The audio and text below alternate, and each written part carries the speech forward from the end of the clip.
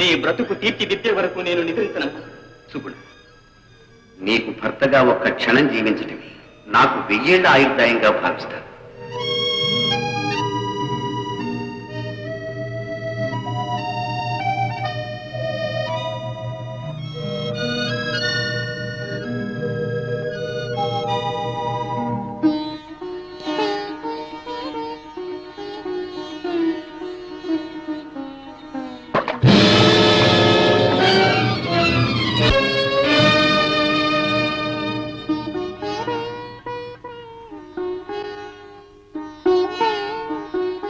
అమ్మా, ఎవరమ్మా నువ్వు? ఆత్మహత్య మహాపాతకం కాదా అమ్మా? భర్త చేత నిరాదరించబడ్డ భార్య కన్నా పాపాత్మరాలుంటుందా మహర్షి? అర్థమైందమ్మా. మనిషికున్న నిజమైన విలువ కష్టాలలోనే తెలుస్తుందమ్మా. ఆ జగన్మాత చూపు నిస్సహాయులైన తన బిడ్డల మీద నిలిచే ఉంటుందమ్మా. భయపడ, నా వెంట రా తల్లి.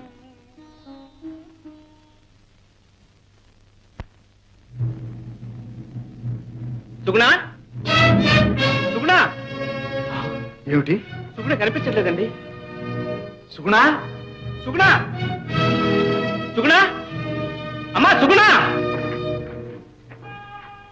ఇదిగో ఈ శాసనం చూడమ్మా. 10 నెలలు ఇక్కడే ఉండి ఏకభుక్తంగా నియమ నిష్టలతో ఈ దేవిని ఆరాధించాలి. ఆఖరు దినాన సువర్ణ కమలంతో అమ్మను అర్చించాలి. అప్పుడు ఆ తల్లి కరుణ వల్ల కోరిన కోరికలు తప్పక సిద్ధిస్తాయి. కానీ ఆ సువర్ణ కమలం తీసుకురావటమే చాలా దుస్సాధ్యమైన పని. సాధ్యమే మహర్షి.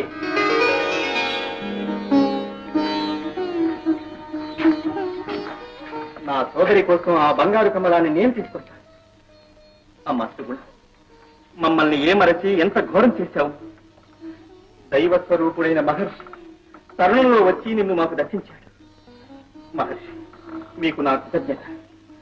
బంగారు కమలానికి ఇప్పుడే బయలుదేరుతాను. ఆ కమలం ఎక్కడ లభిస్తుందో సెలవుండి మహర్షి. పాంచాల రాజ్యంలో పద్మ సరస్సు ఉంది. ఆ కమలం అక్కడ లభిస్తుంది. కార్యసాధకుడవై గడువు లోపల తిరిగి రా నాయన. జయంత, సుగుణ చేత వ్రతదీక్ష జరిపించే బాధ్యత నాది. తగిన ఏర్పాట్లు జరిపిస్తాను. నిశ్చింతగా వెళ్ళిరా. ఆశీర్వదించండి మహర్షి. విజయో.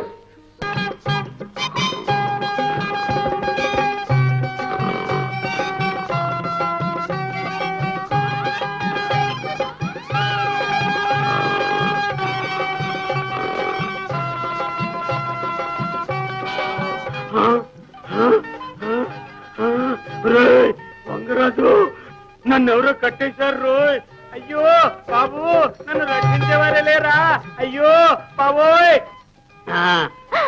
ఏమిటిది? ఎవరయ్యా నువ్వు? రాజులు శత్రువులు నన్ను కట్టేశారు.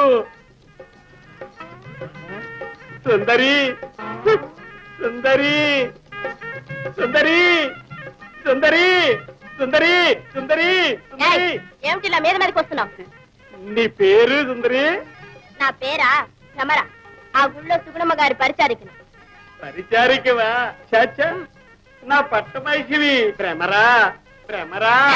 ఏంటలా వెంటపడ్డావు? ఏం లేదు, 2 రోజులు బట్టి ఎడతెరిపి లేకుండా యుద్ధం చేశాను. కడుపులో ఆకలి దహించుకుపోతున్నది. ఏదన్నా కొంచెం తినేందుకు ఇస్తే. అయితేరా. భ్రమరా, భ్రమరా, ఓ భ్రమరా.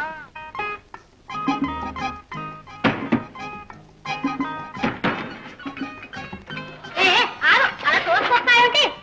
నువ్వు చెప్పినట్టు శత్రువులందరినీ చంపేసి వచ్చాను. మర్యాదగా స్వాగతం. నా బంగారు రాజువే, పాపం యుద్ధంలో ఎందరినో చంపి వచ్చావు. ఆ కట్టిన తాలూకా పిచ్చాచాలు మా ఇంట్లో దొరకడతాయేమో.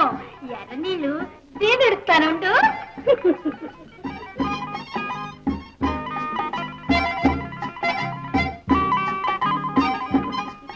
నా బంగారు రాజువే, నువ్వు బుద్ధి రాజువే, వదులుకు మరీ దిష్టి తీస్తా.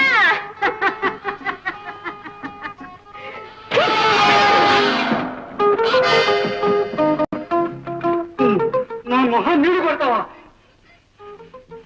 నేను వంగ దిగిపోతే నేను కాదు.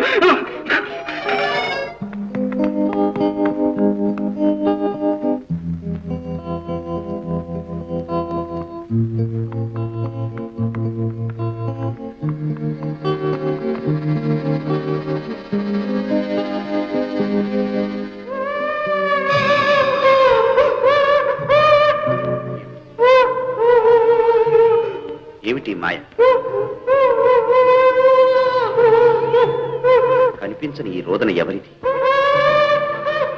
కారణమేమిటి? నేనొక మరణించిన మనిషి.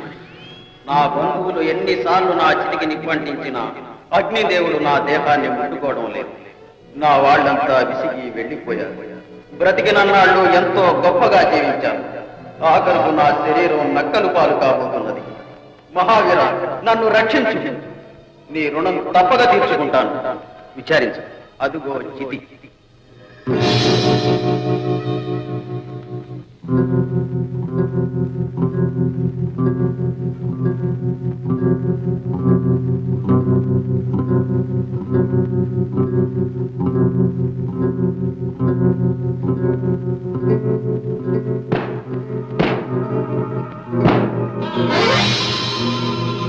ఆగు మహావీర, ఆగు.